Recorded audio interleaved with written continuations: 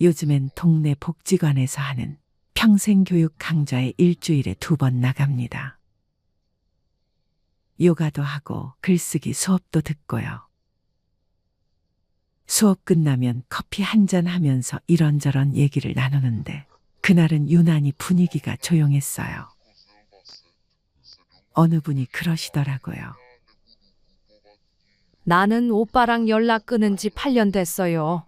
명절에도 그냥 지나가요. 이젠 남보다 더 어색해요. 다른 분도 한숨을 쉬며 말했죠. 난 동생이랑 싸운 뒤로 연락 안 해요. 자식들 문제로 얘기하다가 결국 틀어졌어요. 지금 생각하면 별것도 아닌데 그게 왜 그렇게 멀어지게 만들었을까요? 그 얘기를 들으면서 고개를 끄덕이던 저도 속으로 생각했습니다. 나도 그렇지. 나도 큰언니랑 마지막으로 통화한 게 언제였더라. 막내 동생은 작년에 병원에 입원했다는 소문만 들었지. 직접 연락한 적은 없었네. 그날 밤 혼자 집에 와서 앉아 있는데 이상하게 자꾸 형제들 얼굴이 떠오르더군요. 휴대폰 연락처를 쓱 훑어보다가 손이 멈춘 이름. 언니 누르려다 그냥 화면을 꺼버렸습니다. 무슨 말을 해야 할지도 모르겠고 혹시 어색한 침묵이 흐를까봐 혹시 그쪽도 피하고 있었던 건 아닐까봐 그리고 내가 먼저 연락하면 마음 약한 사람처럼 보일까봐 그게 참 우스운 생각이지만 솔직한 마음이었습니다. 형제 자매라는 이름, 나이 들수록 왜 점점 멀어지게 될까요? 함께 자라며 매일같이 싸우고 웃고 울었던 사람들. 부모님보다 더 오래 알고 지냈던 존재들. 그런데 이상하죠. 오히려 나이가 들수록 그 가까웠던 관계가 낯설게 느껴질 때가 많습니다. 오늘 영상에서는 그 이유를 5가지 시선으로 천천히 풀어보려 합니다. 그리고 그 속에서 우리 모두의 마음 깊은 곳에 있는 아련한 기억과 현재의 서운함을 함께 들여다보겠습니다. 저는 올해로 74이 됐습니다. 서울 변두리의 오래된 연립주택에서 혼자 삽니다.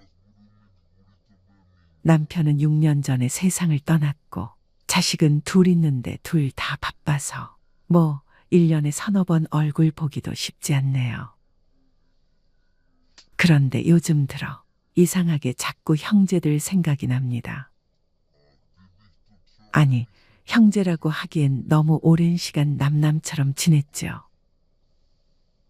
큰언니는 벌써 79이고 막내 남동생은 작년에 당뇨 합병증으로 한쪽 다리를 절단했어요. 그런 이야기를 들으면서도 전화 한번 해볼까 하다가 결국 또 안 하게 되더라고요. 왜 그럴까요? 이 이야기는 바로 그 이유를 그리고 우리가 왜 이렇게까지 멀어졌는지를 제 인생을 돌아보며 하나씩 꺼내보는 이야기입니다. 우리는 6남매였습니다. 엄마는 늘 이 많은 입에 밥 넣느라 허리가 휘청인다 하셨고 아버지는 술 좋아하시고 말수 적은 분이셨어요. 큰언니는 늘 엄마 노릇을 했고 둘째 오빠는 공부 잘해서 항상 칭찬을 받았죠. 저는 그 사이에 낀 셋째. 이도 저도 아닌 애매한 위치였어요. 가난했지만 참 정 많던 시절이었습니다. 겨울이면 서로 발을 데워주며 잤고 시장 갔다 돌아오면 귤 하나 갖고 6명이 나눠 먹으며 웃었죠. 그런데 그정 많던 사람들이 왜 이렇게까지 멀어졌을까요? 첫 번째는 삶이 너무 달라져 버렸기 때문입니다. 언니는 서울 강남 아파트에 살고 막내는 교회 집사하면서 골프 치고 손주 영어 유치원 보내는 재미에 사는데 저는 시댁이 망해서 칠순 넘은 지금도 아파트 관리비 아껴가며 살고 있어요. 가끔 단톡방에 형제들이 보내는 사진을 보면 한쪽은 호텔 뷔페 사진, 다른 한쪽은 병원 진료 영수증 사진이에요. 같은 피를 나눴어도 사는 모습은 하늘과 땅만큼 달라졌습니다. 다름은 이해할 수 있습니다. 하지만 그 다름이 대화까지 끊게 만든다는 건 살아보니 진짜더군요. 둘째는 형제 자매끼리 가장 아프게 남는 건 결국 어린 시절의 상처 때문입니다. 우리 집은 유독 서열이 강했습니다. 첫째는 양보하고 막내는 이해받고 그 사이 저는 항상 넌 조용히 해라는 말을 들었어요. 엄마는 언니만 믿었고 아버지는 늘 오빠만 찾았죠. 심부름은 제가 도맡았지만 칭찬은 늘 다른 형제들 차지였어요. 어릴 땐 그냥 그러려니 하고 넘겼는데 명절 때 얼굴 보면 그 감정이 아직도 올라옵니다. 막내는 지금도 엄마랑 통화할 때 엄마 나 어릴 땐 누나가 나 때렸잖아 하며 웃어요. 그런데요, 저는 그 말이 아직도 가슴을 찌릅니다. 어릴 때 내가 느꼈던 서운함과 억울함, 그건 어디에도 말 못한 채 평생 마음에 박힌 가시로 남아있는 겁니다. 세 번째 이유는 부모님의 재산 문제가 우리 사이를 완전히 무너뜨렸기 때문입니다. 엄마가 돌아가시고 작은 땅 하나, 시골집 하나 남았습니다. 저는 그 집에 살면서 엄마 병수발 10년을 했어요. 막내는 외국에서 살다가 장례식 때 잠깐 왔고 둘째 오빠는 코로나 핑계로 오지도 않았어요. 근데 상속 얘기 나오니까 다들 법대로 나누자고 하더군요. 너가 모신 건 고마운데 그게 돈으로 따질 수는 없는 거잖아. 그 말을 듣고 저는 아무 말도 못했습니다. 그 집에 아직도 엄마가 끓이던 미역국 냄새가 남아 있었는데 그건 저만 아는 추억이었나 봅니다. 결국 집은 팔렸고 분할금 받은 날 저는 편의점에서 컵라면 하나 사 먹고 혼자 울었습니다. 형제자매 사이를 갈라놓는 건 억대 유산이 아니라 억울함을 말할 수 없는 침묵이라는 걸 그때 처음 알았습니다. 네 번째는 자식 문제가 우리를 더 멀게 만들었습니다. 저희 딸은 사별하고 혼자 아이를 키우는데 형제들 모임 나가면 말문이 막힙니다. 막내는 우리 아들 이번에 의전원 합격했어. 언니는 손주가 뉴욕에서 공연했대. 그 사이 저는 그저 아 그래 잘 됐네 하고 웃습니다. 어느 해는 내가 가져간 갈비찜을 누가 남겼는지 그대로 놔뒀더라고요. 아, 이제는 내가 별 볼 일 없는 사람이구나. 그 생각이 가슴에 쿡 박혔어요. 그날 이후로 형제 모임엔 얼굴을 잘 안 내밉니다. 자식 얘기 나오는 그 순간 내가 가장 작아지는 느낌이 들거든요. 마지막 이유는 어쩌면 그 누구도 내 곁에 오래 머물지 않는다는 현실 때문입니다. 요즘은 아침에 일어나면 가장 먼저 누가 오늘 나를 생각할까 그걸 떠올립니다. 그런데 아무도 없다는 생각이 들 때 이상하게 옛날 형제들 얼굴이 떠오릅니다. 그립다는 말도 못하고 섭섭하다는 말도 못하고 그냥 전화번호만 쓱 올려보다 다시 화면을 꺼버립니다. 누구 하나 먼저 연락해주는 형제가 없다는 게 이젠 그냥 당연해졌어요. 가족 단톡방은 며느리 생일엔 축하가 쏟아지는데 내 생일엔 아무 말 없더군요. 그걸 보면서도 그냥 그래 나도 이제 잊혀질 때가 됐구나 그렇게 넘깁니다. 여러분, 형제자매는 피를 나눈 가족이긴 하지만 결국은 각자의 인생으로 흘러가는 시간의 동행자일 뿐입니다. 그걸 깨달은 건 참 늦은 나이였지만 이제는 담담하게 말할 수 있습니다. 그래도 그 시절 함께 웃고 울었던 기억만은 고맙다고.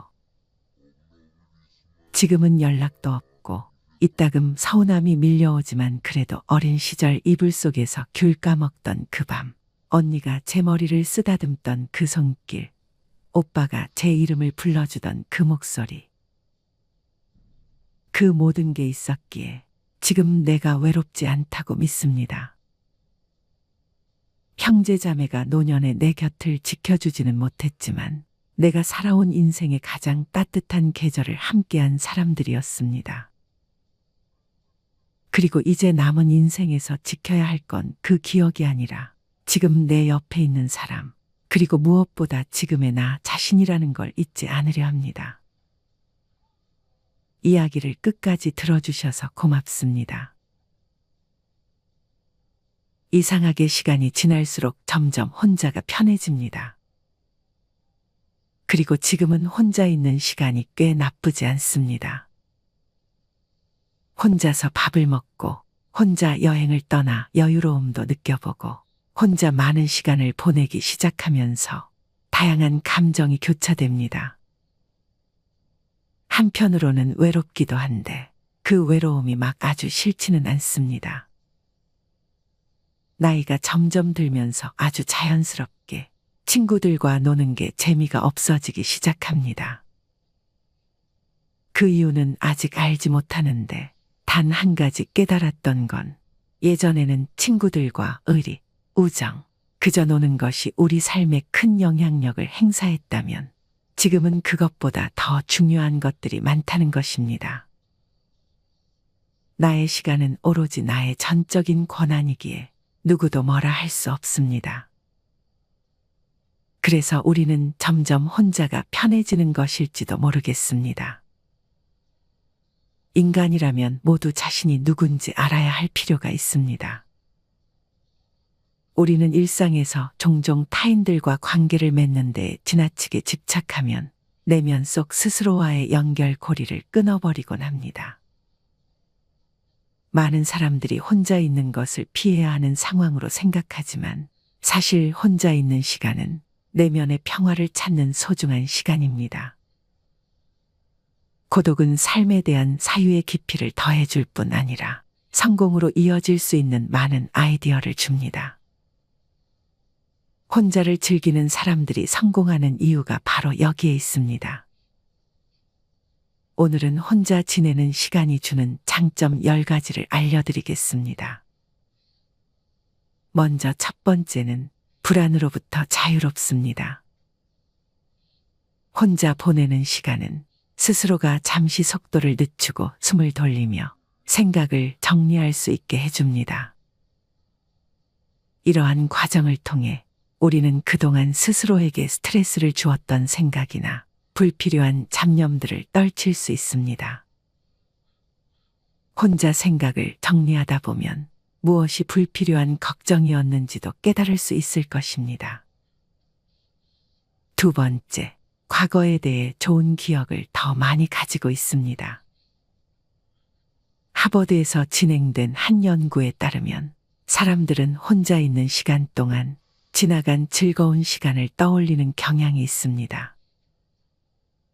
즉, 고독은 그 사람에게 외로움이나 슬픔을 주는 게 아니라 즐거운 기억을 떠올리게 해 기분을 좋게 해주고 그 기억들을 계속 머릿속에 담아두고 지속시킬 수 있게 해줍니다.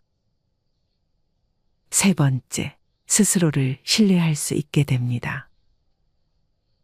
혼자 지내는 시간 동안 스스로를 완전히 믿는 방법도 배울 수 있습니다. 바깥의 영향 없이 자기 생각에 따라 혼자 결정하고 그에 따르는 결과를 마주하게 될 것입니다. 따라서 더 열심히 속마음을 들여다보게 되고 더 기민해질 것이며 그에 따라 스스로에 대한 확신과 자신감도 더 얻을 수 있게 됩니다. 네 번째, 스스로가 누군지 이해할 수 있습니다. 우리는 혼자 태어나 혼자 죽습니다. 이러한 고독감은 다른 이들과 있을 때에는 마주하지 않으려 애썼던 현실을 마주하게 됩니다. 그리고 이런 현실은 우리를 끝없는 슬픔과 우울로 데려가는 것이 아니라 우리 자신은 모두 하나뿐인 독특한 존재이며 그렇기에 다른 이들과 비교할 필요가 없다는 결론에 이르게 해줍니다. 이런 생각을 바탕으로 우리는 스스로를 있는 그대로 바라볼 수 있는 것입니다. 다섯 번째, 도움이 되는 관계를 맺습니다.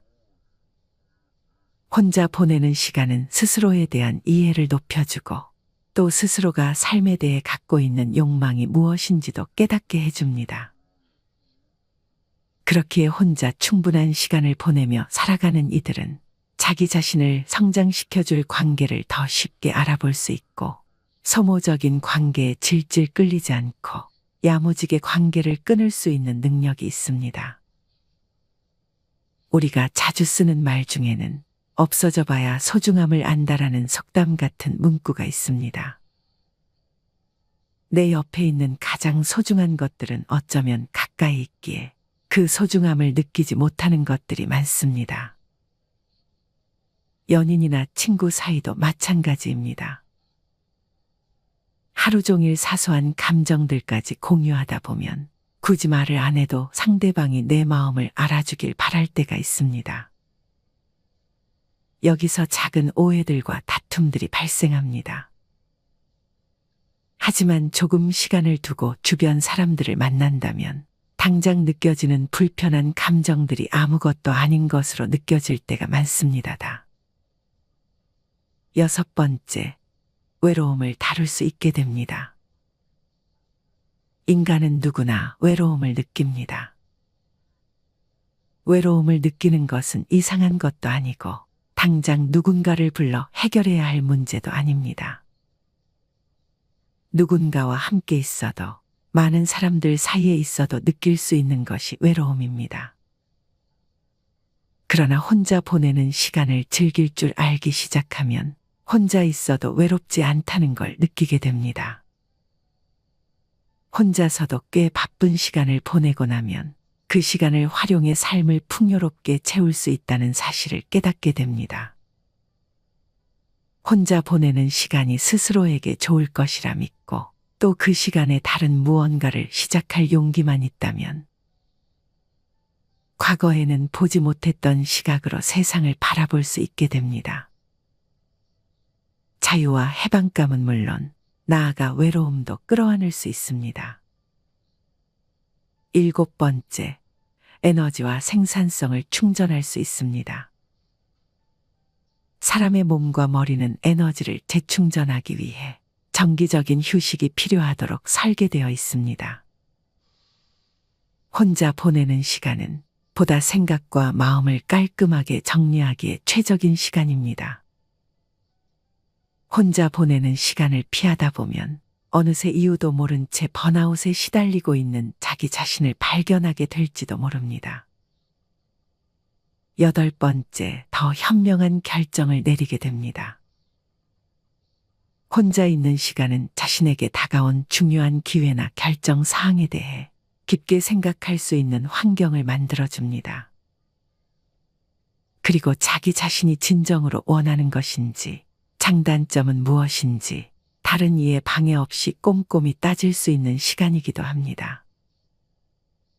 고독의 시간은 내가 진짜로 무언가를 원하는지 질문하고 그에 대한 진정한 답을 얻을 수 있는 유일한 시간과 같습니다. 아홉 번째, 생각과 감정이 선명해진다. 혼자 있는 동안 우리의 생각은 더 예리해집니다. 비록 처음에는 마음이 방황할지 모르지만 결국에는 생각을 형성하는 법을 배우게 되어 있습니다. 며칠 동안 혼자 시간을 보내면 더욱 사리 분별이 쉬워지는 것을 느낄 수 있고 전에 알지 못했던 생각과 감정을 알아차리기 시작하게 됩니다. 애매한 문제에 대한 명료한 답을 얻을 수도 있고 명상하는 기분으로 마음속 깊은 곳을 들여다보고 상처받은 마음을 다독여 줄 수도 있습니다. 자연스럽게 고요와 평화를 누릴 수 있게 됩니다. 10번째, 자기 고찰과 성장의 시간을 가질 수 있습니다. 혼자 시간을 보내는 것은 스스로를 반성하고 감사하는 마음을 가질 수 있는 가장 직접적인 방법입니다. 혼자의 시간은 스스로의 삶을 이전과는 다르게 새로운 관점으로 바라볼 수 있는 여건을 만들어줍니다. 지금까지 겪었던 기쁨과 슬픔을 되짚어보면서 그것들이 자신을 어떻게 강하게 만들어 주었는지 곱씹어 볼 수 있습니다. 이를 통해 지나온 것들에 대한 반성과 감사를 느끼게 될 것이고 한 단계 성숙해져 앞으로 살아가는데 큰 힘이 되어줍니다. 그렇다면 어떻게 혼자만의 시간을 최대한 만족하며 활용할 수 있을지에 대해 알려드리겠습니다. 먼저 밖으로 나가보세요. 자연 속에서 시간을 보내면 정신 건강은 좋아지고 스트레스는 낮아지며 집중력은 높아진다는 것은 이미 잘 알려진 사실입니다. 연구에 따르면 자연 속에서 혼자 시간을 보내면 이러한 효과들을 더 극대화할 수 있다고 합니다. 혼자 등산을 가본 사람이라면 누구나 그 이유를 잘 알고 있을 것입니다. 최고의 야외 활동은 자신의 생각을 명확하게 하고 미래의 목표를 세우는 데 도움을 주는 자신만의 공간과 시간을 제공합니다. 테라스나 정원도 좋습니다. 가능한 밖으로 나가서 자주 운동하세요. 그리고 어떤 속도로 걷든 가능한 많이 걸어보세요. 자연의 새로운 풍경, 흐르는 물, 머리 위로 흐르는 구름, 놀라울 만큼 키가 큰 나무들을 관찰하는 시간을 가져보세요. 또 다른 연구에 따르면 자연 경관은 우리에게 유익하고 강력한 경이로움을 갖게 하고 자연의 다양한 요소를 느끼는 것은 긍정적인 마음을 유지하는 데 도움을 준다고 합니다. 두 번째, 전자기기 없이 운동을 해보세요. 연구에 따르면 운동은 기분을 좋게 하는 호르몬을 분비해서 외로움과 슬픔의 감정을 완화하는 데 도움을 준다고 합니다.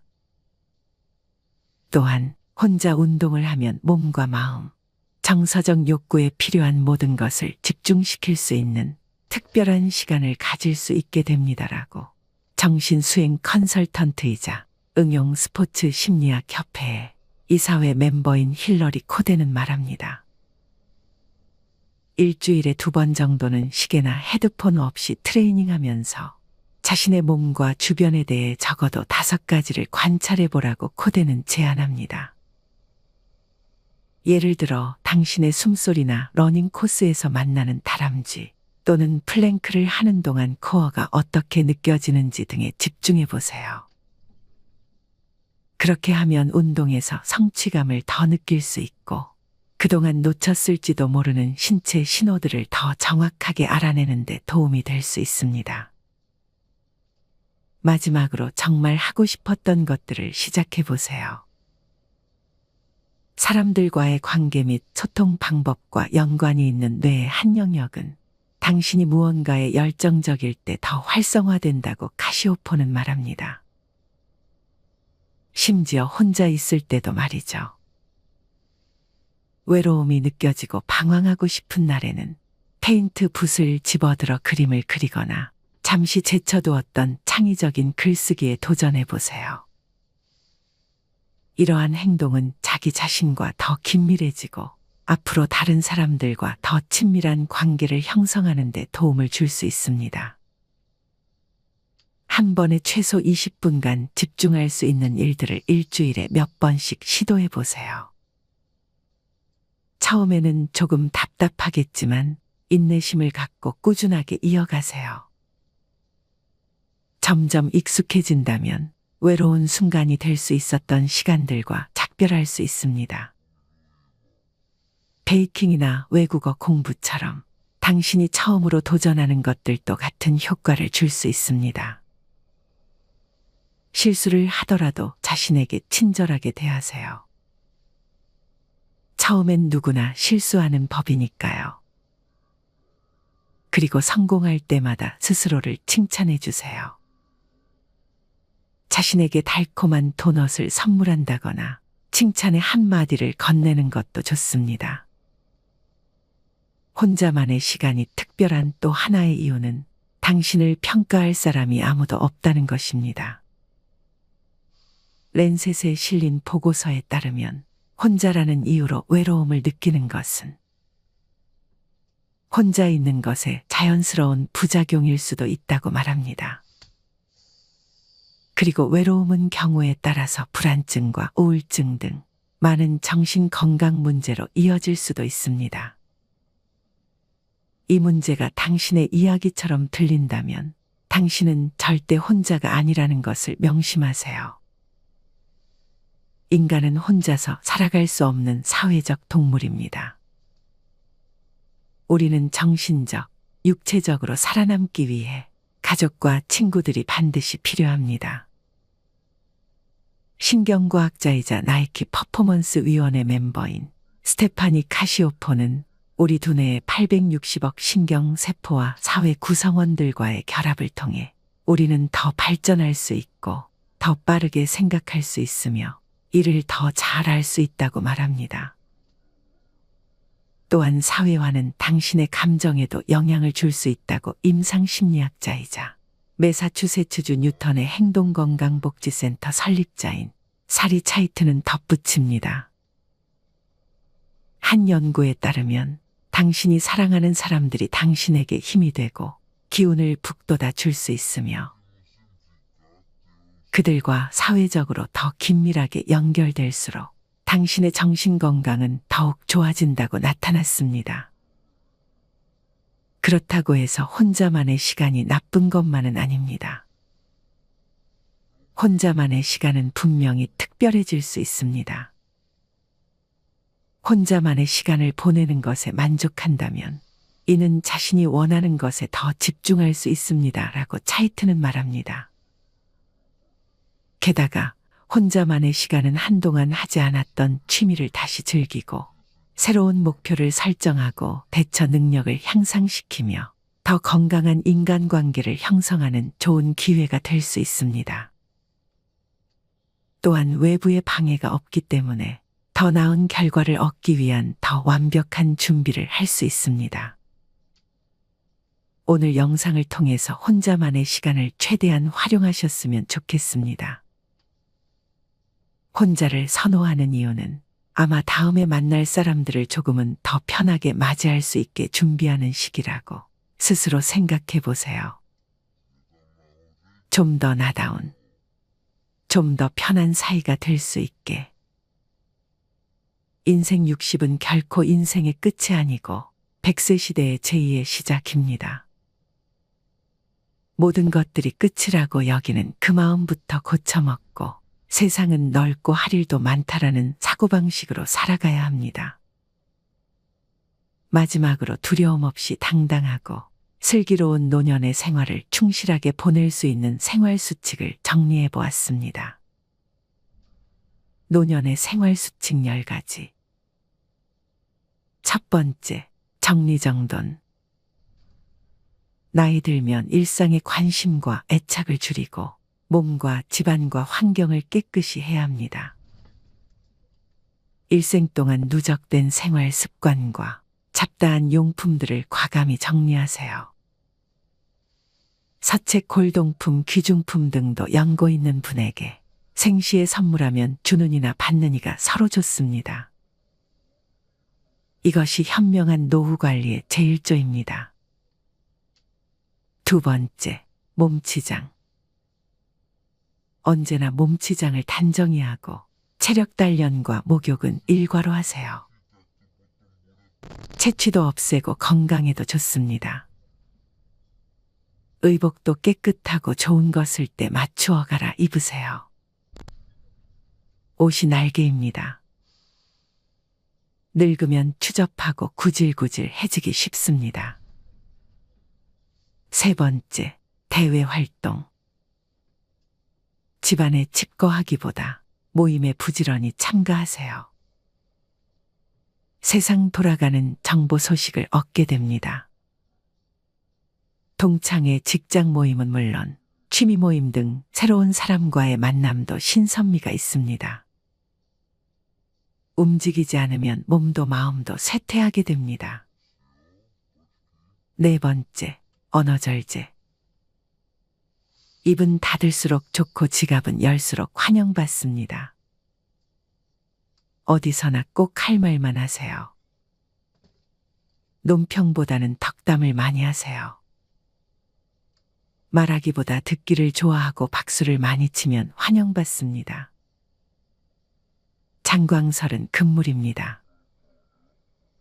짧으면서 곰삭은 지혜로운 말이나 유머 한마디는 남을 즐겁게 합니다.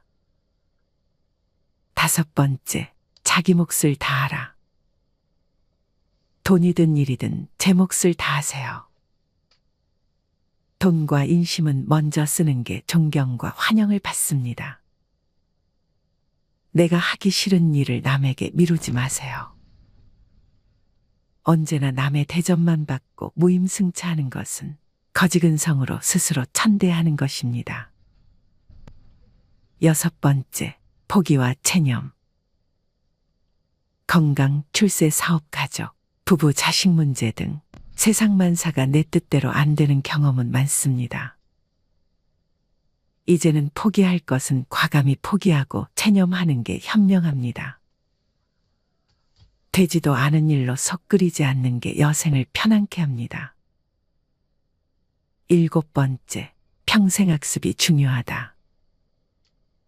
배우는 데는 나이가 없습니다. 컴퓨터 앞에서 언제나 공부하는 깨어있는 사람이 되세요. 새 지식, 새 정보를 제때에 습득하지 못하면 낙오가 됩니다. 안경 낀 흰머리에 책 들고 조는 모습은 노년의 아름다움의 극치입니다. 여덟 번째, 낭만과 취미. 각박한 삶 속에 낭만을 가지세요. 늘 꿈을 꾸고 사랑하며 감흥과 희망을 가지고 살면 늙어도 청춘입니다. 산수를 즐기며 자기가 좋아하는 취미 활동에 전념하는 것도 행복 삼매경에 이를 수 있습니다. 아홉 번째, 봉사. 평생을 사회의 혜택 속에 많은 신세를 지고 살아왔습니다. 얼마 남지 않은 인생 이제 남을 위해 베풀며 살아야 합니다. 내가 먼저 베푸는 것이 복을 짓는 길입니다. 우리는 사회봉사의 습관이 부족합니다. 하찮은 일이라도 내가 먼저 베풀고 실천하면 남에게 좋은 느낌을 주고 나 또한 보람을 느끼게 됩니다. 선진 시민이 되는 지름길입니다. 열 번째, 허심겸손. 마음을 비우세요. 욕심을 버리면 겸손해지고 마음을 비우면 세상이 밝게 보입니다. 인생을 달관하면 인격이 돋보이고 마음의 평화와 건강을 누리게 됩니다. 마음은 자기 정체성을 담는 그릇이며 우주로 통하는 창문입니다. 정심수도하고 평상심을 늘 간직하세요. 열심히 일한 만큼 이젠 자식들에게도 친척에게도 이웃에게도 떳떳한 노년의 주인공으로 살아가기 위해서는 먼저 나 자신에게 격려와 용기와 보상의 선물을 준비하세요. 무얼 부끄러워할 것 하나 없고 기죽을 것도 없습니다. 당당하게 어깨 펴고 남은 여생에 대한 멋진 꿈과 설계를 펼쳐보세요. 남은 인생 길 것 같아도 어느 날 어느 시에 무슨 일이 생길지 그건 아무도 모르니까. 건강하게 죽는 날까지 하루하루 충실하게 오늘이 마지막이라는 마음으로 오직 한 번뿐인 인생의 노년을 소중하고 감사하는 마음으로 아름다운 황혼을 즐기세요.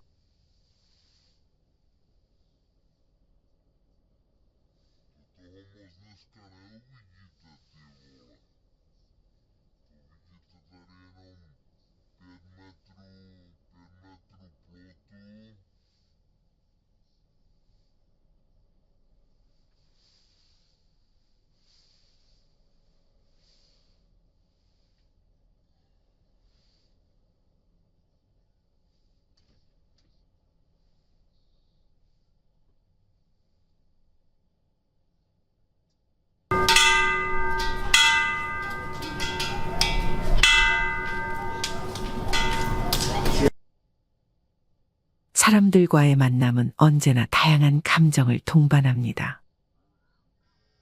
어떤 사람과의 대화는 편안하고 따뜻하게 느껴지지만 다른 사람과는 왠지 모르게 거리감과 어색함이 생기기도 하죠. 인간관계는 겉보기엔 간단해 보여도 사실 많은 감정과 노력이 뒤따르는 복잡한 과정입니다. 말 한마디, 행동 하나가 관계를 부드럽게 만들 수도 긴장감을 불러일으킬 수도 있습니다. 그렇다면 왜 우리는 어떤 사람에게는 마음을 활짝 열고 또 어떤 사람에게는 닫게 될까요? 그 답은 우리가 얼마나 서로를 이해하고 배려하는지에 달려 있습니다. 오늘은 인간관계를 풍요롭게 만들어줄 3가지 배려의 기술을 소개하려 합니다. 이 기술들은 단순한 배려를 넘어 사람들의 신뢰를 얻고 관계를 깊이 있게 만드는 힘을 가지고 있습니다. 끝까지 함께해 보세요. 여러분의 인간관계가 한층 더 빛날 수 있을 것입니다. 첫 번째, 실수를 덮어주는 여유로운 태도. 누구나 실수를 합니다. 하지만 실수를 바라보는 태도는 사람마다 다릅니다. 예를 들어 누군가 모임에서 음료를 엎질렀다고 상상해 보세요. 어떻게 그렇게 실수를 할 수 있어요? 라고 지적하는 사람도 있을 것이고, 괜찮아요. 누구나 그럴 수 있죠. 제가 도와드릴게요. 라고 말하는 사람도 있을 겁니다. 두 사람 중 누구에게 더 마음이 열릴까요? 우리는 모두 실수 앞에서 위축되곤 합니다. 하지만 누군가 나의 실수를 따뜻하게 감싸준다면 그 사람에 대한 신뢰와 편안함은 더욱 커질 것입니다. 실수를 덮어주는 태도는 단순히 넘어가는 것이 아니라 상대방의 자존심을 지켜주는 배려입니다. 이는 상대에게 나는 당신을 있는 그대로 받아들입니다라는 메시지를 전달하며 관계를 더욱 부드럽게 만들어줍니다. 사례를 들어보겠습니다. 한 회식 자리에서 한 동료가 실수로 음료를 쏟았다고 상상해 보세요. 그 순간 누군가는 불쾌한 표정을 지으며 말을 삼가는 반면 누군가는 웃으며 저도 가끔 이런 일이 생겨요. 별일 아니에요. 라고 말할 수 있습니다. 후자의 태도가 훨씬 더 따뜻하고 긍정적인 관계를 만드는데 기여할 것입니다. 오늘부터 작은 실수를 마주할 때 한 번쯤 모른 척 넘어가 보세요. 그 한 번의 여유로운 태도가 상대방의 마음을 열고 관계를 따뜻하게 만들 수 있을 것입니다. 작은 배려는 단순한 격려 이상의 힘을 가집니다. 예를 들어 업무 중 중요한 회의에서 실수한 동료를 위로하는 방식도 같은 맥락에서 중요합니다. 누구나 긴장하면 그럴 수 있어요. 다음번엔 더 잘할 거예요. 라는 한마디는 상대의 자신감을 회복시키는데 크게 기여할 수 있습니다. 두 번째, 부정적인 말에 휘둘리지 않기. 대화 속에서 부정적인 말이나 험담은 쉽게 분위기를 가라앉히곤 합니다. 예를 들어 누군가가 저 사람은 정말 이상이라며 험담을 시작했을 때 이에 동조하는 대신 그분의 이런 점은 참 좋은 것 같아요. 라고 긍정적으로 반응해 보세요. 이 작은 변화가 대화의 흐름을 완전히 바꿀 수 있습니다. 험담과 부정적인 말은 단순한 감정 표현이 아닙니다. 그것은 대화에 참석한 모든 사람에게 영향을 미치며 자칫 잘못하면 신뢰를 무너뜨릴 수도 있습니다. 하지만 이를 듣고도 못 들은 척하며 긍정적인 방향으로 이끄는 사람은 그 자리에 있는 모두에게 신뢰를 얻게 됩니다. 이는 상대방에게 나는 부정적인 이야기에 휘둘리지 않으며 당신을 있는 그대로 존중합니다. 라는 메시지를 전달하는 강력한 방법입니다. 한 동호회 모임에서 있었던 일을 떠올려 보세요. 누군가 특정 사람에 대해 부정적인 의견을 냈을 때 분위기가 싸늘해질 수 있습니다. 하지만 그때 한 사람이 저는 그분의 열정을 높이 평가해요. 정말 노력하는 모습이 보기 좋더라고요 라고 말하면 분위기는 금세 긍정적으로 바뀔 것입니다. 이러한 태도는 단순히 대화를 넘어 상대방에게 신뢰를 심어줍니다. 오늘부터 부정적인 말이 나올 때 한 번쯤 못 들은 척하며 분위기를 전환해 보세요. 이를 통해 대화의 무게를 덜고 긍정적인 에너지를 더할 수 있을 것입니다.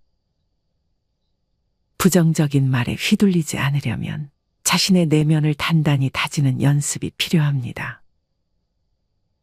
이는 대화 중에 나오는 비판적인 의견을 개인적인 공격으로 받아들이지 않는 것에서 시작합니다. 또한 부정적인 말에 맞서기보다 그 말을 흘려보내고 대화의 중심을 긍정적인 주제로 돌리는 능력은 인간관계에서 매우 중요한 기술로 작용합니다. 부정적인 말에 대처하는 또 다른 예는 업무 환경에서 발생합니다. 한 동료가 프로젝트에 대해 이건 절대 성공할 수 없을 거야 라고 부정적으로 말할 때 이를 듣고 그럴 수도 있겠지만 이렇게 시도해보면 더 좋은 결과가 나올 수 있지 않을까요? 라고 긍정적으로 대답해 보세요. 이는 대화의 흐름을 바꾸고 모든 사람에게 긍정적인 에너지를 전달합니다. 세 번째, 아는 것을 감추고 기다리기. 사람은 누구나 체면을 지키고 싶어 합니다. 약점이나 실수를 들키는 것을 두려워하죠. 이럴 때 아는 척하거나 깊게 캐묻기보다 모르는 척하며 기다리는 태도는 상대방에게 큰 안도감을 줍니다. 이는 그들에게 자존감을 지켜주는 동시에 신뢰를 쌓는 중요한 방식입니다. 예를 들어 친구가 경제적으로 어려움을 겪고 있음을 알게 되었을 때 이를 직접적으로 언급하기보다는 오늘은 내가 대접할게 라고 자연스럽게 넘어가는 것이 좋습니다. 또 동료의 발표에서 명백한 실수를 발견했더라도 좋은 의견이네요. 이런 방향도 추가하면 더 좋을 것 같아요. 라고 부드럽게 제안해 보세요. 이는 상대방의 체면을 지키면서도 더 나은 방향으로 나아갈 기회를 제공합니다. 사람은 스스로 준비되었을 때 자신의 어려움을 이야기하고 싶어 합니다. 그 과정을 기다려주는 여유는 상대방에게 큰 위로가 됩니다. 한 가족 모임에서 한 친척이 다소 어색한 태도로 대화를 이어가고 있었다고 상상해 보세요. 그 순간 다른 사람이 자극적인 질문을 던진다면 분위기가 더욱 어색해질 겁니다. 반면 요즘 어떻게 지내세요? 건강은 괜찮으신가요? 와 같은 가벼운 질문으로 대화를 이어간다면 상대방은 더 편안함을 느끼고 대화에 참여할 수 있을 것입니다. 또한 상대방이 말을 꺼내기 전에 그들의 상황을 너무 깊이 파헤치지 않는 것이 중요합니다. 이는 관계를 더 부드럽게 만들고 상대방이 스스로 이야기를 시작할 기회를 주는 배려의 표현입니다. 기다림은 단순히 침묵이 아니라 상대방을 존중하고 신뢰하는 마음을 보여주는 행동입니다. 아는 것을 감추는 태도는 단순히 침묵하는 것만을 의미하지 않습니다. 이는 상대방이 스스로 표현할 수 있도록 공간을 열어주는 것입니다. 예를 들어 직장에서 동료가 실수를 저질렀을 때 이를 바로 지적하기보다는 이 부분을 이렇게 수정해 보면 더 좋아질 것 같아요. 함께 고민해 볼까요? 라고 말하는 것이 상대방의 체면을 지켜주고 동시에 문제를 해결하는 데도 도움을 줄 수 있습니다. 오늘 알아본 실수를 덮어주는 태도, 부정적인 말에 휘둘리지 않기, 아는 것을 감추고 기다리기는 단순한 행동이 아닙니다. 이는 상대를 존중하고 배려하는 진심 어린 태도이며 인간관계를 더욱 깊고 따뜻하게 만들어줍니다. 작은 배려가 쌓여 큰 신뢰를 만듭니다. 오늘부터 이 세 가지 기술을 실천해 보세요. 이를 통해 주변 사람들의 마음을 열고 자신 또한 신뢰받는 사람으로 성장할 수 있을 것입니다. 그리고 여러분이 알고 있는 배려의 이야기가 있다면 함께 나누어 주세요. 이 글이 여러분의 인간관계에 작은 도움이 되기를 바랍니다. 더 나아가 배려는 단순히 관계를 개선하는데 그치지 않습니다. 이는 우리의 삶 전반을 긍정적으로 변화시킬 수 있는 강력한 도구입니다. 배려를 통해 만들어진 신뢰와 존중은 개인의 성장을 촉진하고 더 나아가 사회적 유대를 강화하는 데도 큰 역할을 합니다. 지금 이 순간부터 실천해 보세요. 그 변화는 생각보다 가까이에 있습니다. 여러분들은 지금 당장 편하게 연락할 수 있는 친구가 몇 명이나 있습니까? 정숙 씨는 이제 58살, 중년을 넘긴 나이에 다가가고 있는 평범한 가정주부입니다. 두 자녀는 모두 성인이 되었고 대학을 졸업하고 사회에서 어느 정도 자리를 잡은 후 각자의 삶을 살고 있습니다. 정숙 씨는 오랫동안 가정과 직장에서 바쁘게 생활하다 이제 남편과 함께 조용하고 여유로운 노후를 준비하려던 차였습니다. 하지만 그 조용한 일상에 예기치 못한 일이 터졌습니다. 정숙 씨의 큰 아들 민수는 30대 중반으로 서울에서 중소기업에 다니고 있습니다. 민수는 고등학교 때부터 늘 똑똑하고 능력 있는 아들이었지만 최근 몇 년간 직장 내 경쟁에서 밀리고 몇 번의 실패를 겪으면서 자존감이 많이 떨어졌습니다. 그러다 보니 민수는 자주 부모에게 경제적 도움을 요청하며 점점 부모에게 의존적인 태도를 보이기 시작했습니다. 정숙 씨는 처음엔 아들의 어려움을 이해하며 도와주었지만 어느 날부터 민수의 말 속에 이건 부모가 당연히 도와줘야 하는 일이다라는 느낌이 강하게 들었습니다. 정숙 씨는 이것이 좋은 방향으로 흐르지 않을 수 있다는 불안감을 느끼기 시작했습니다. 민수는 이번만 도와줘, 꼭 갚을게라고 했지만 그 말이 반복될수록 정숙 씨의 마음은 점점 더 무거워졌습니다.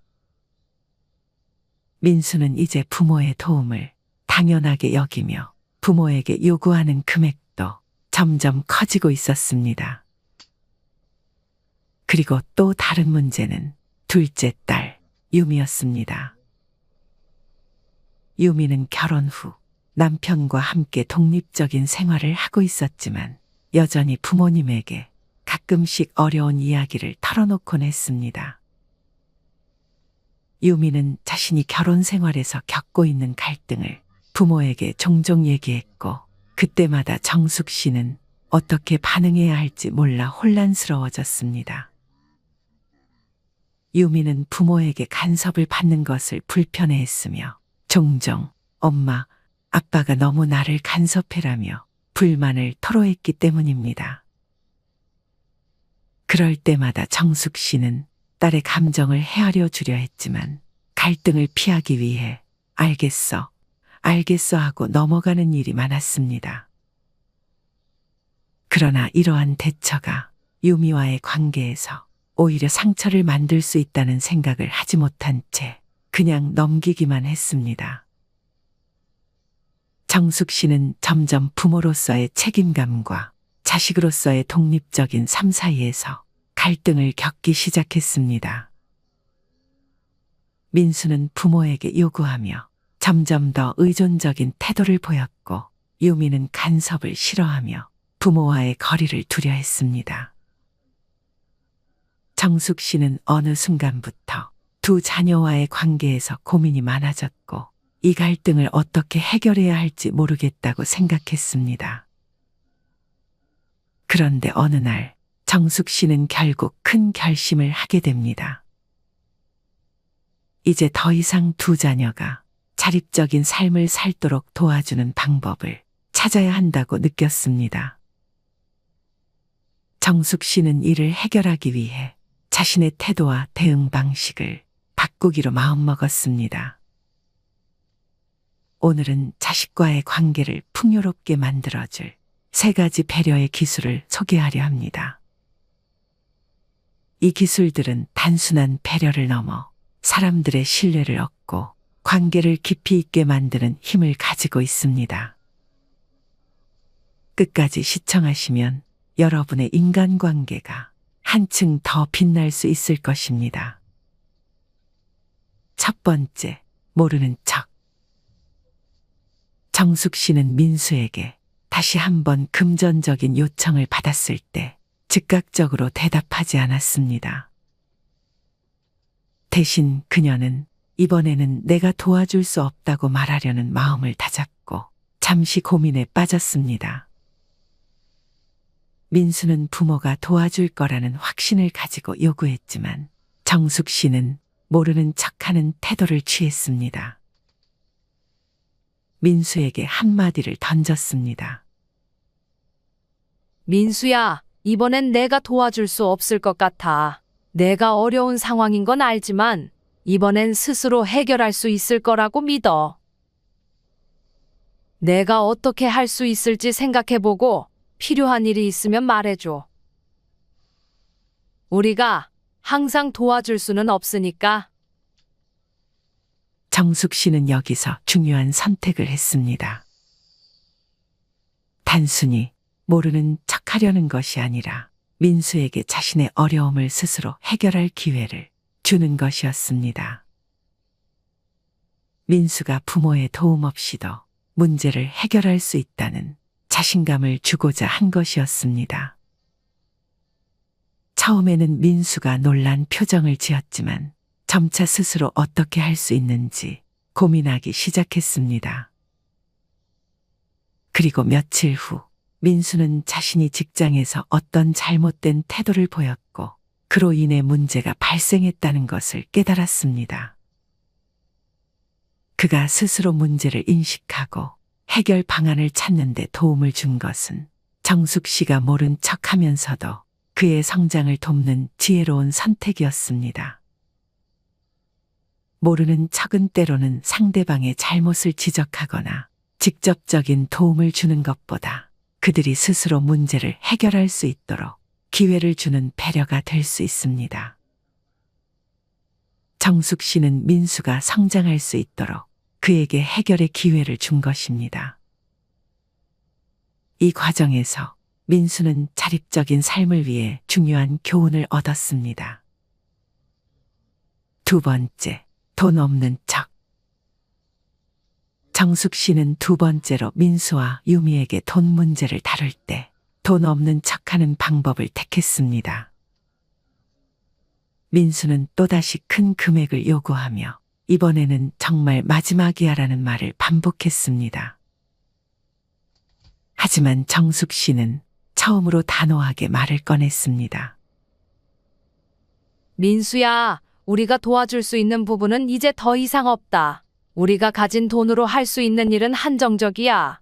너도 이제 성인이니까 더 이상 부모에게 의존하지 않기를 바란다. 내가 스스로 책임지고 해결하는 게 중요해.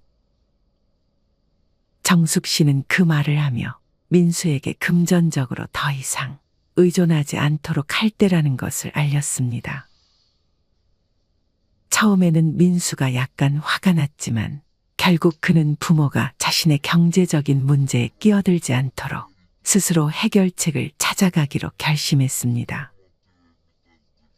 돈 없는 척하는 것이 곧 민수에게 더 이상의 경제적 의존을 끊게 만들었고 자립적인 삶을 살도록 한 중요한 순간이었습니다. 돈 없는 척은 물질적인 요구가 있을 때 이를 거절하는 것이 아니라 경제적 독립을 이끌어내는 중요한 방법입니다. 부모가 더 이상 경제적 지원을 해주지 않으면서 자식이 스스로 문제를 해결하는 기회를 만들 수 있습니다. 부모는 자식에게 책임감을 부여하고 자립적인 삶을 살도록 돕는 방법으로 돈 없는 척을 실천한 것입니다. 세 번째, 못 본 척.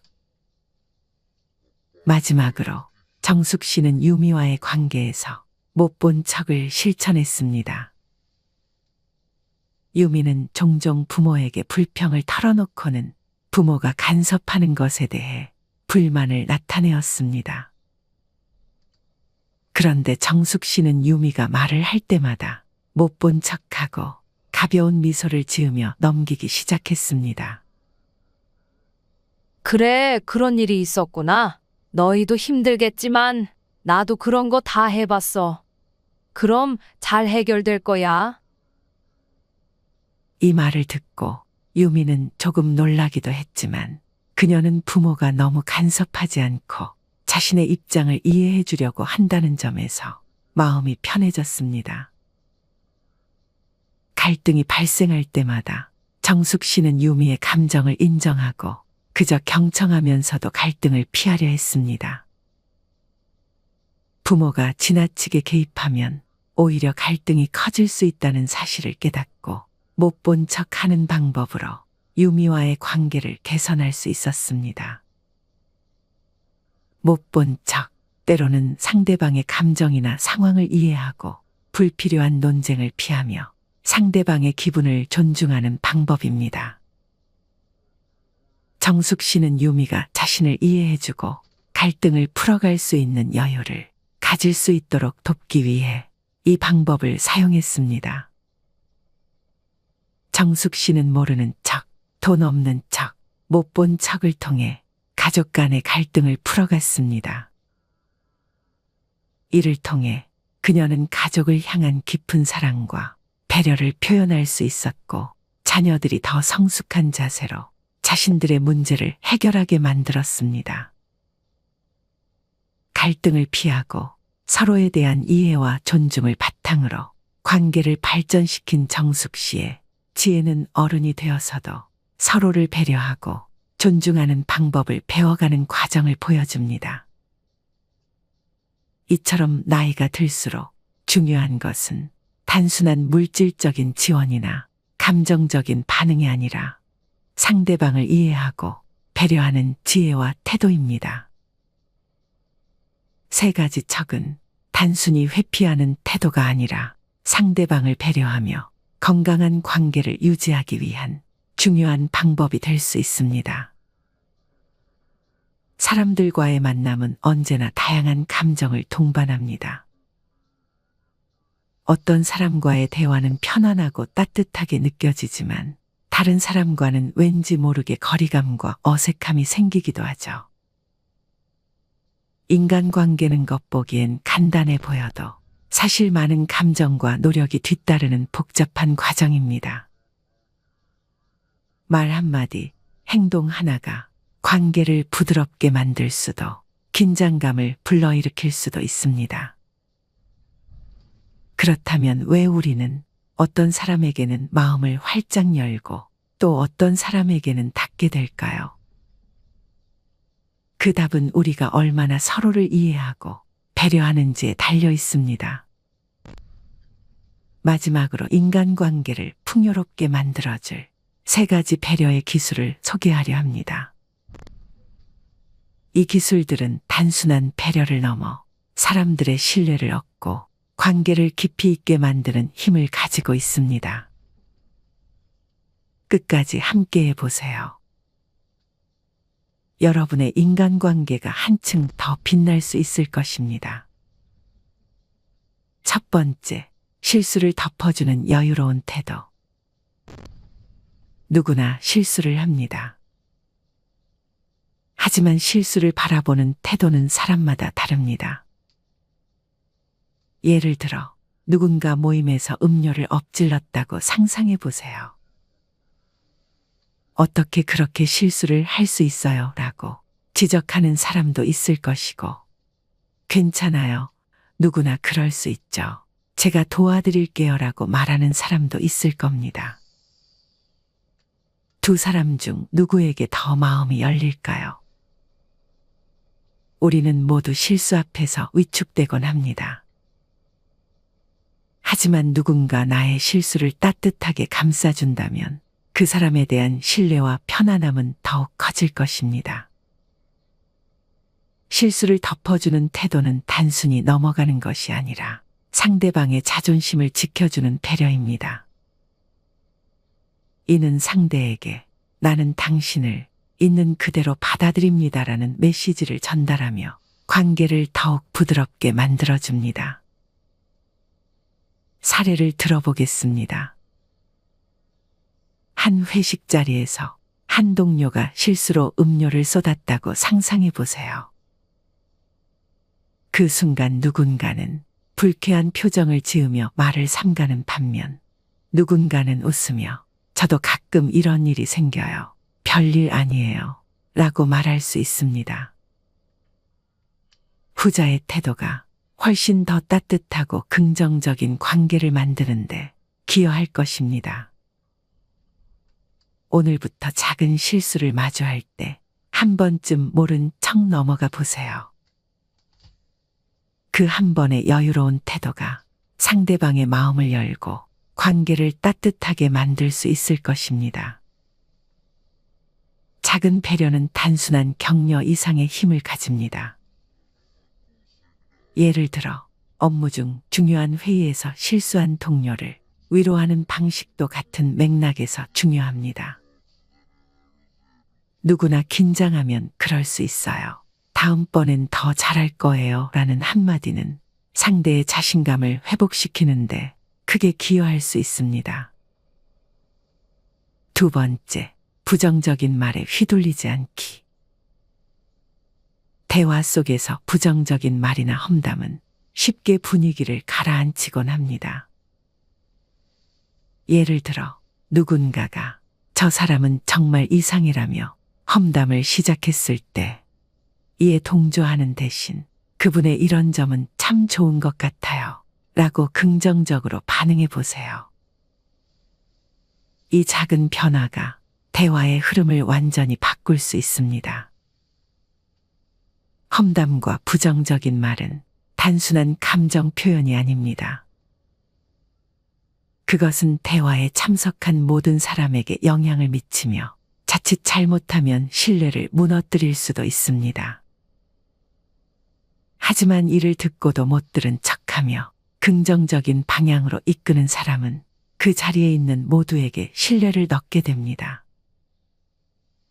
이는 상대방에게 나는 부정적인 이야기에 휘둘리지 않으며 당신을 있는 그대로 존중합니다. 라는 메시지를 전달하는 강력한 방법입니다. 한 동호회 모임에서 있었던 일을 떠올려 보세요. 누군가 특정 사람에 대해 부정적인 의견을 냈을 때 분위기가 싸늘해질 수 있습니다. 하지만 그때 한 사람이 저는 그분의 열정을 높이 평가해요. 정말 노력하는 모습이 보기 좋더라고요. 라고 말하면 분위기는 금세 긍정적으로 바뀔 것입니다. 이러한 태도는 단순히 대화를 넘어 상대방에게 신뢰를 심어줍니다. 오늘부터 부정적인 말이 나올 때 한 번쯤 못 들은 척하며 분위기를 전환해 보세요. 이를 통해 대화의 무게를 덜고 긍정적인 에너지를 더할 수 있을 것입니다. 부정적인 말에 휘둘리지 않으려면 자신의 내면을 단단히 다지는 연습이 필요합니다. 이는 대화 중에 나오는 비판적인 의견을 개인적인 공격으로 받아들이지 않는 것에서 시작합니다.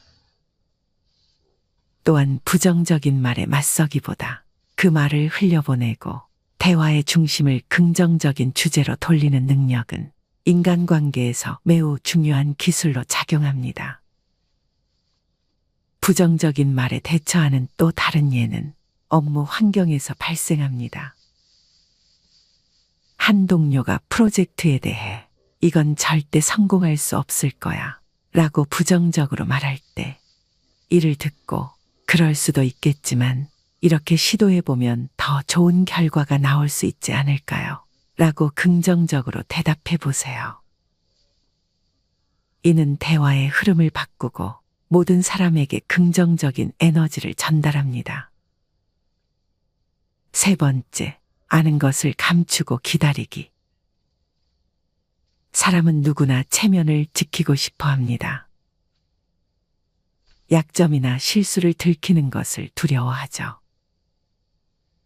이럴 때 아는 척하거나 깊게 캐묻기보다 모르는 척하며 기다리는 태도는 상대방에게 큰 안도감을 줍니다. 이는 그들에게 자존감을 지켜주는 동시에 신뢰를 쌓는 중요한 방식입니다. 예를 들어 친구가 경제적으로 어려움을 겪고 있음을 알게 되었을 때 이를 직접적으로 언급하기보다는 오늘은 내가 대접할게 라고 자연스럽게 넘어가는 것이 좋습니다. 또 동료의 발표에서 명백한 실수를 발견했더라도 좋은 의견이네요. 이런 방향도 추가하면 더 좋을 것 같아요. 라고 부드럽게 제안해 보세요. 이는 상대방의 체면을 지키면서도 더 나은 방향으로 나아갈 기회를 제공합니다. 사람은 스스로 준비되었을 때 자신의 어려움을 이야기하고 싶어 합니다. 그 과정을 기다려주는 여유는 상대방에게 큰 위로가 됩니다. 한 가족 모임에서 한 친척이 다소 어색한 태도로 대화를 이어가고 있었다고 상상해 보세요. 그 순간 다른 사람이 자극적인 질문을 던진다면 분위기가 더욱 어색해질 겁니다. 반면 요즘 어떻게 지내세요? 건강은 괜찮으신가요? 와 같은 가벼운 질문으로 대화를 이어간다면 상대방은 더 편안함을 느끼고 대화에 참여할 수 있을 것입니다. 또한 상대방이 말을 꺼내기 전에 그들의 상황을 너무 깊이 파헤치지 않는 것이 중요합니다. 이는 관계를 더 부드럽게 만들고 상대방이 스스로 이야기를 시작할 기회를 주는 배려의 표현입니다.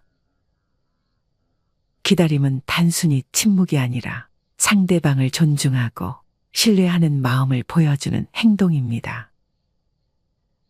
아는 것을 감추는 태도는 단순히 침묵하는 것만을 의미하지 않습니다. 이는 상대방이 스스로 표현할 수 있도록 공간을 열어주는 것입니다. 예를 들어 직장에서 동료가 실수를 저질렀을 때 이를 바로 지적하기보다는 이 부분을 이렇게 수정해 보면 더 좋아질 것 같아요. 함께 고민해 볼까요? 라고 말하는 것이 상대방의 체면을 지켜주고 동시에 문제를 해결하는 데도 도움을 줄 수 있습니다. 오늘 알아본 실수를 덮어주는 태도, 부정적인 말에 휘둘리지 않기, 아는 것을 감추고 기다리기는 단순한 행동이 아닙니다. 이는 상대를 존중하고 배려하는 진심 어린 태도이며 인간관계를 더욱 깊고 따뜻하게 만들어줍니다. 작은 배려가 쌓여 큰 신뢰를 만듭니다. 오늘부터 이 세 가지 기술을 실천해 보세요.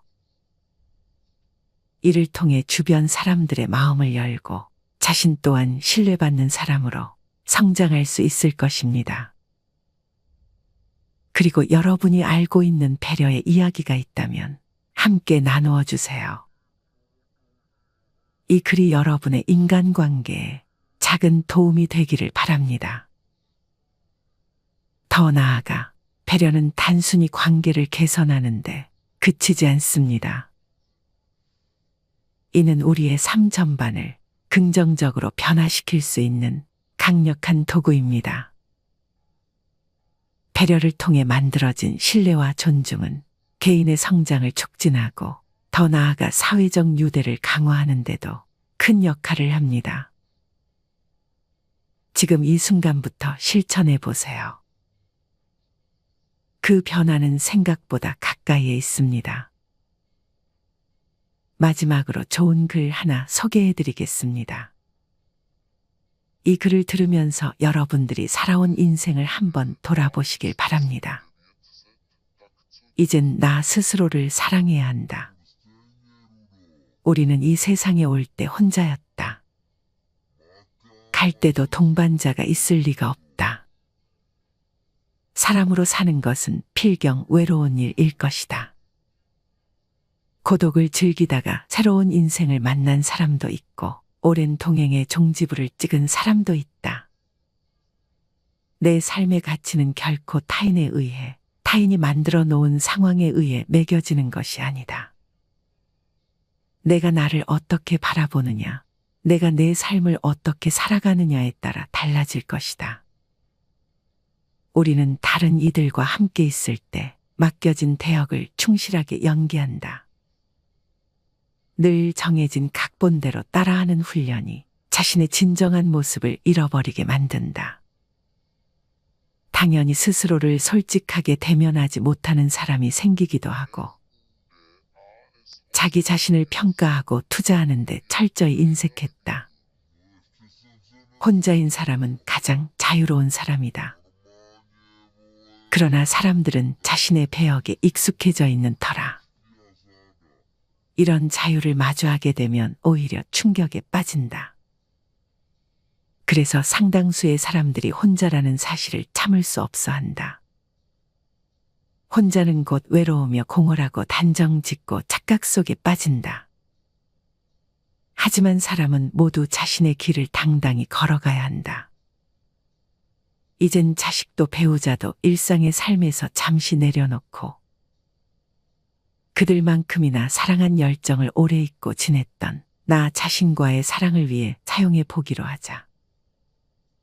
이젠 나 스스로를 사랑해야 한다. 내가 나를 사랑해주지 않으면 누가 날 나만큼 사랑해줄까? 최근에 혼자만의 시간을 누려본 기억이 있는가? 혼자서 여행을 가본 적이 있는가? 스스로 고독한 여행자가 되어보자. 한밤중 덜컹거리며 달리는 기차에 앉아 창밖으로 스쳐 지나가는 불빛을 바라보자. 고독은 생각을 풍성하게 키우고 그 차원을 높여준다. 많은 생각이 부담스러운가? 생각이 많은 것은 좋은 일이다. 그것을 조용히 음미할 때 우리의 영혼은 성장한다. 열심히 가정을 지키면서 살아온 나 자신을 마음껏 칭찬하자. 열심히 일하면서 지나온 내 삶을 한껏 사랑하자. 정성껏 마음 주고 걸음 좋은 내 이웃들을 중심으로 사랑하며 칭찬하자. 이젠 이만하면 쉴 자격 충분하니 더 이상 달려가지 못하더라도 달래고 추스릴 시간을 주자. 수고했다.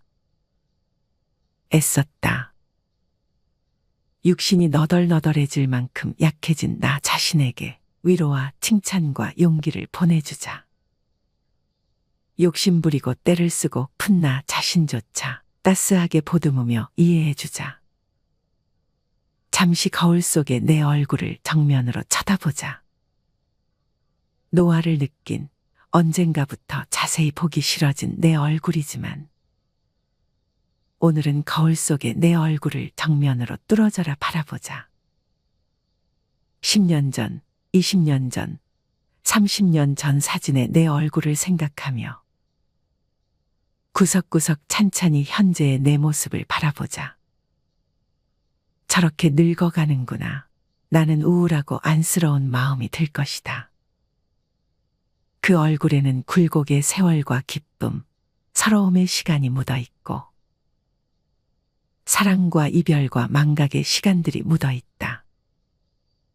내 얼굴이지만 수많은 세월 동안 진지한 대화 한 번 없이 남의 물건처럼 방치해둔 내 모습이다. 언제 이렇게 수많은 주름살이 얼굴을 도배했을까? 언제 이렇게 떨어진 꽃잎의 색깔처럼 피부는 갈색 침전이 되었을까? 한때는 거울 속의 저 얼굴에도 신혼의 싱그러움이 있었다. 애들 초등학교 입학식 때 희망에 찬 젊은 부모의 기계가 있었을 것이다. 경제적 궁핍함에 힘든 세월 속에서도 꿋꿋이 웃음을 잃지 않던 얼굴이었고 애들의 교육 문제로 일희일비하던 극성스런 부모의 얼굴이었다. 갑자기 먼 길 떠나는 부모님과의 영원한 이별을 회한의 눈물로 보내드린 얼굴이었고 지금은 당시 부모님의 얼굴로 쓸쓸히 거울 속에 있다. 낯설게 변해버린 굳은 무표정의 얼굴에게 이젠 진정으로 좋은 표정을 선물해주자. 지난 세월 근심과 걱정 속에서 찌들어간 내 얼굴에게 앞으로는 웃음과 희망을 전해주고 더 이상 주름살은 남겨주지 않도록 노력하자. 열심히 살아온 내 얼굴에게 그동안 너무 고마웠다고 말해주자. 수십 년을 동고동락해준 내 얼굴에게 지구상에 오직 하나뿐인 내 얼굴에게 남은 시간은 우리들만을 위해 바치겠노라고 약속하자. 생각은 말이 되고 말은 행동이 되며 행동은 습관이 되고 습관은 삶의 변화를 준다. 어떤 생각을 하느냐에 따라 인생이 달라진다. 내가 나를 사랑하지 않으면 남들 또한 나를 사랑해주지 않을 것이다. 첫 번째, 내가 제일 좋아했던 취미 생활을 시작하자. 두 번째, 내가 진짜 가보고 싶은 여행지로 훌쩍 떠나자. 세 번째, 신발은 지금까지 신었던 가격보다 좀 비싼 걸로 투자하자. 네 번째, 마음을 터놓을 수 있는 친구에게 당장 전화해보자. 다섯 번째, 아직 용서해주지 않았던 사람이 있다면 가슴을 열고 용서해주자. 그러면 내가 편해진다. 여섯 번째, 거리가 멀더라도 맛집으로 이름난 식당을 찾아 나 자신에게 음식 선물을 해주자. 일곱 번째, 매일 아침 눈을 뜨는 순간 나는 사랑받기 위해 태어난 사람이고 지금 이 순간이 가장 행복한 사람이라고 외치자. 이 글을 읽은 모든 사람이 과거에 어떻게 살았던 지금 당장부터 행복했으면 한다. 거울 속의 낯선 나를 이젠 진정 사랑하는 대상으로 친하게 지내며 먼 훗날 영원한 안식 여행을 떠날 때 너와 나 우리는 행복한 삶을 살았다고 말할 수 있었으면 얼마나 좋을까. 내가 먼저 내 얼굴을 사랑해라고 말하고 바로 행동을 했으면 합니다. 나를 없인 여기지 말고 위대하고 또 위대한 소중하고 귀한 사람이 당신임을 잊지 말고 살았으면 합니다. 나는 지구상 하나뿐인 내 얼굴을 사랑합니다. 왜냐하면 한평생 희노애락을 같이 경험하며 살아온 얼굴이니까요. 이제는 늦기 전에 인생을 즐겨라. 아주 오래 살 것처럼 행동하면 어리석다. 걷지도 못할 때까지 기다리다가 인생을 후회하지 말고 몸이 허락하는 한 가보고 싶은 곳 여행하라. 혹시 병 들더라도 겁먹거나 걱정하지 마라.